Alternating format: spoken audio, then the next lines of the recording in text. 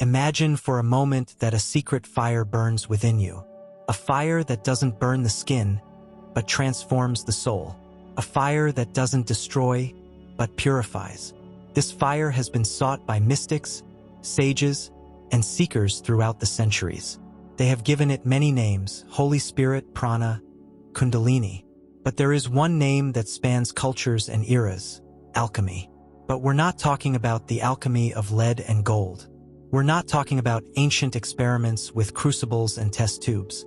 We're talking about a more powerful, profound, and dangerous alchemy: spiritual alchemy. The forgotten art of transforming the ordinary into the extraordinary. The ego into consciousness. The shadow into light. What if I told you that you are currently in the midst of an alchemical process and you don't know it? That every fall, every loss, every break you experience is a precise and necessary phase of your inner development. That you are not a victim of chaos, but a student of the great work. In this video, we reveal the secrets of this sacred science, protected for centuries by symbols and metaphors. Together, we will discover the principles of spiritual alchemy and how you can apply them to radically transform your life from within. We will pierce the veil of the obvious and penetrate to the essence. We will explore how ancient civilizations such as Egypt, Greece, and the Hermetic schools recognized that true transformation of the self takes place not on the outside, but on the inside. That matter is nothing more than a reflection of the spirit, and that true gold lies in the awakening of consciousness. And above all, I will teach you how to recognize which phase of alchemy you are currently in and what you can do to avoid getting stuck in the middle of the process. Because the spiritual journey is not linear, but cyclical, spiraling, and full of symbols that only the awakened heart can decipher. Prepare for a journey into yourself, a respite in the crystal of your soul, where the impurities of the ego are burned away and your true being can re-emerge as purest gold. Your great work begins here, and there is no turning back. Official history states that alchemy was a precursor to modern chemistry, a curious medieval practice aimed at transforming lead into gold. But this is only the shell, a banal covering that conceals a mystical heart, a secret map to the greatest spiritual transformation. True alchemy is far older than the laboratories of Europe. Its roots lie in the arenas of ancient Egypt, where the initiates of Hermestris Megisto guarded the sacred principles of soul transformation.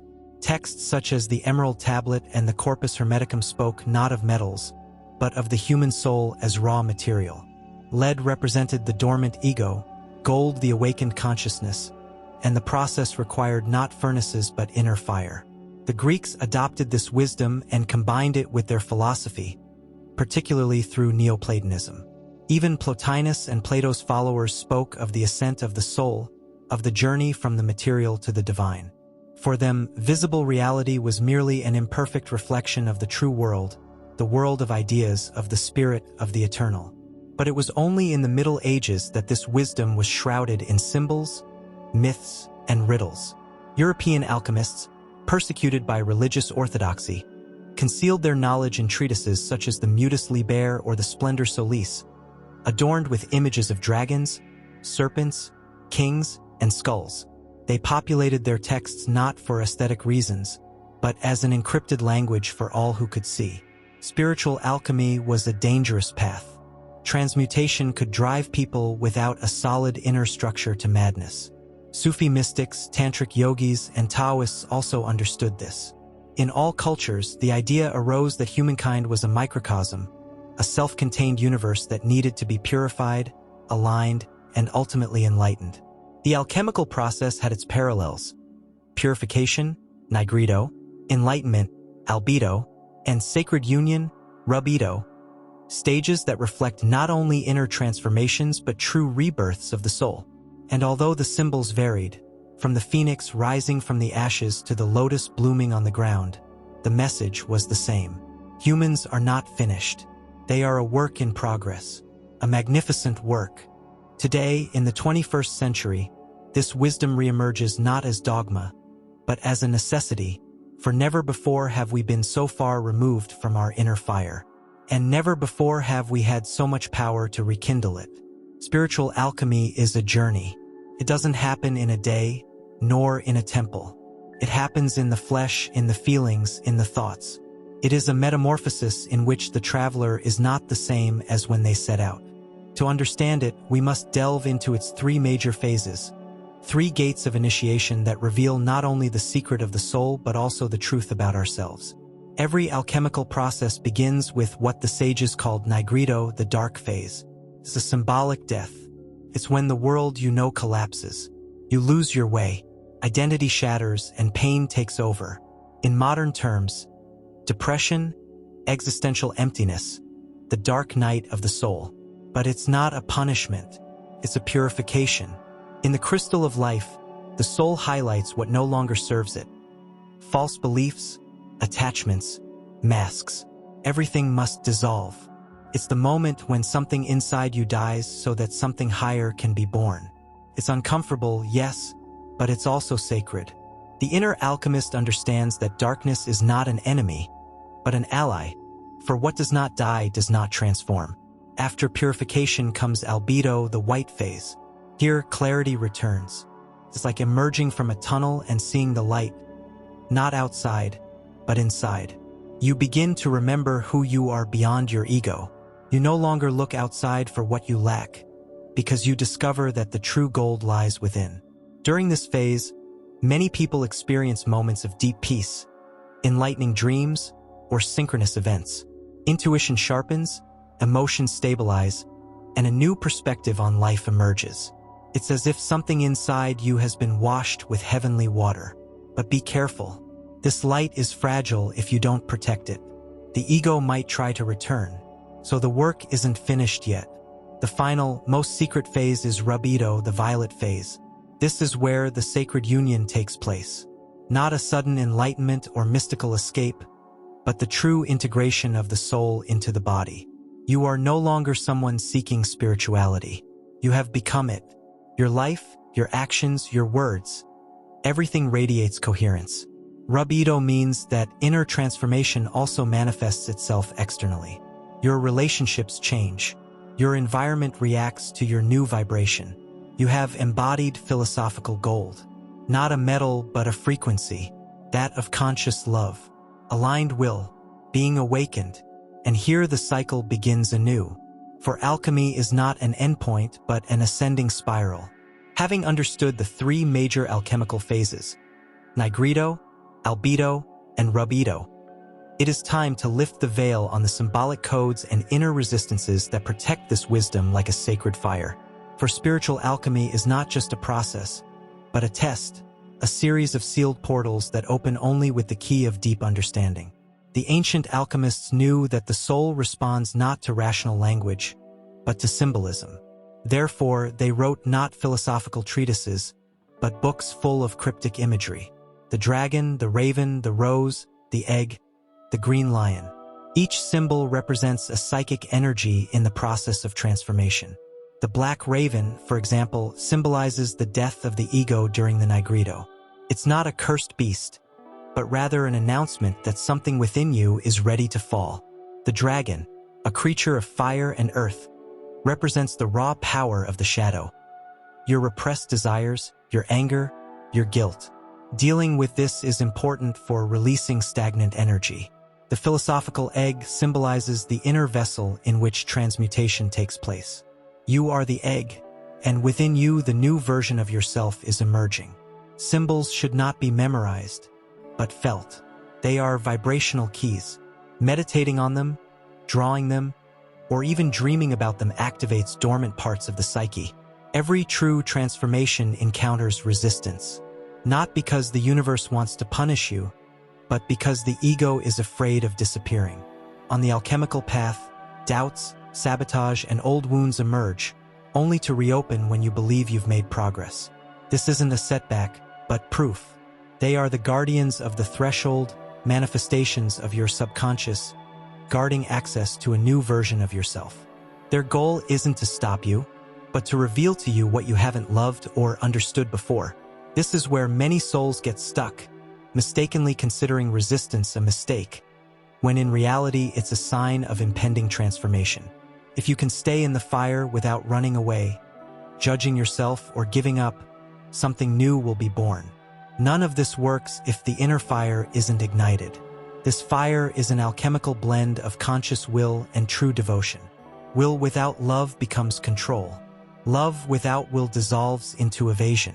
But when they unite, they generate the heat necessary for the soul to melt, purify itself, and ultimately become a temple of gold. Spiritual alchemy is therefore not just knowledge. It is practice. It's a daily dance between what you know and what you live, between what you choose and what you let go of. It's the forgotten science of returning to yourself. It's easy to view spiritual alchemy as a sublime idea, a mystical relic shrouded in ancient symbols and metaphors. But its true power is revealed when it descends to earth, when it touches your everyday life, your decisions, your relationships. Because a true alchemist doesn't live in ivory towers, but on the road, among emotions and challenges. Here are some exercises and keys to applying this ancient wisdom in your daily life. These aren't magic formulas, but seeds of transformation. First, accept your chaos without fear. When you're going through a crisis, don't run away and don't judge. Remember that you are entering your Nigredo, the dark crystal where everything old dies. Write down your feelings, walk with them, breathe them, watch them dissolve without resistance. Naming chaos diffuses it, denying it intensifies it. Tip: keep a transmutation journal in which you record your shadow sides, your recurring thoughts, and your automatic reactions. Not to judge yourself, but to uncover patterns. Second, purify your inner temple. Albedo isn't enough if your body and environment are saturated. Spiritual purification begins physically. Organize your space, eliminate noise, and do away with unnecessary things. Every object you don't use, every harmful thought you harbor, is an indication that it's tarnishing the gold. Tip: dedicate one day a week to silence and self-reflection. It's not about punishment, but about giving your soul room to breathe. Third, harness the fire of intention. Every everyday action can be alchemical if you perform it with presence. From making tea to looking into someone's eyes. When you unite attention and intention, sacred warmth arises. And where there is warmth, there is transformation. Tip: after waking up, silently repeat a simple affirmation, such as, "Today I am a channel of clarity and transformation." This will set the tone for your day. On Wednesday, integrate what you've learned into your relationships. You don't reach the rubido phase through isolation, but rather when your transformation influences others. Are you more patient, more honest, more compassionate? Then the gold you've cultivated is genuine. The proof lies not in your meditations, but in the way you speak, listen, and respond when someone irritates your wounds. Tip: consider a challenging relationship and ask yourself, which part of me do you want to reactivate, and which part can you consciously respond to? Fifth, practice simple alchemy. Light a candle with intention. Charge a stone with intention. Take a deep breath before entering a meeting. Anything can become a ritual if you do it consciously. The magic lies not in the grandiose, but in loving repetition. On this journey, we traverse the veiled belts of spiritual alchemy. We descend to Nigredo, where darkness reveals the incurable. We ascend to Albedo, where clarity reflects restored purity. And finally, we observe the rubido, the sacred connection between his divinity and his humanity. But alchemy is not theory. It is fire, and this fire is only ignited when you harness it. In a society that rewards distraction and punishes inner silence, becoming an alchemist today is an act of sacred rebellion. It means telling the universe that, despite collective forgetfulness, I am ready to remember who I am. And this decision changes your energy field, your perception, your path. Your soul doesn't demand perfection from you. It demands authenticity from you. He doesn't ask you to be a guru, repeat formulas, or isolate yourself from the world. He simply wants you to remember that within you lies a substance more valuable than any physical gold: awakened consciousness. And this awareness has creative, healing, and transformative power. You don't have to escape life to become spiritual. You have to spiritualize the life you already live. Your relationships, your body, your decisions, your silence. Therein lies your laboratory. Every time you intentionally light a candle, every time you meditate on your shadow instead of judging it, every time you choose to respond with love where you previously responded with pain, an ancient chain breaks. And at this very moment, unseen by you, hundreds of awakened souls from different times and places are celebrating with you. For this path, even though it appears individual, is being forged by a network of silent alchemists. Some incarnated, others already disembodied, but all working toward the same goal: the release of light trapped in matter. Don't wait for an external signal. It's already here. This message, this synchronicity, this impulse to want to know more is your initiation. Don't ignore this password. Protect it, nurture it, let it grow. And if this content resonated with you, I invite you to subscribe to the channel, like it, and share it with anyone you think needs this reminder. Because the more we share this wisdom, the more we help ignite the fire in other hearts. Thank you for being there, for seeking, and for remembering. Follow your path with courage. Gold already lives within you.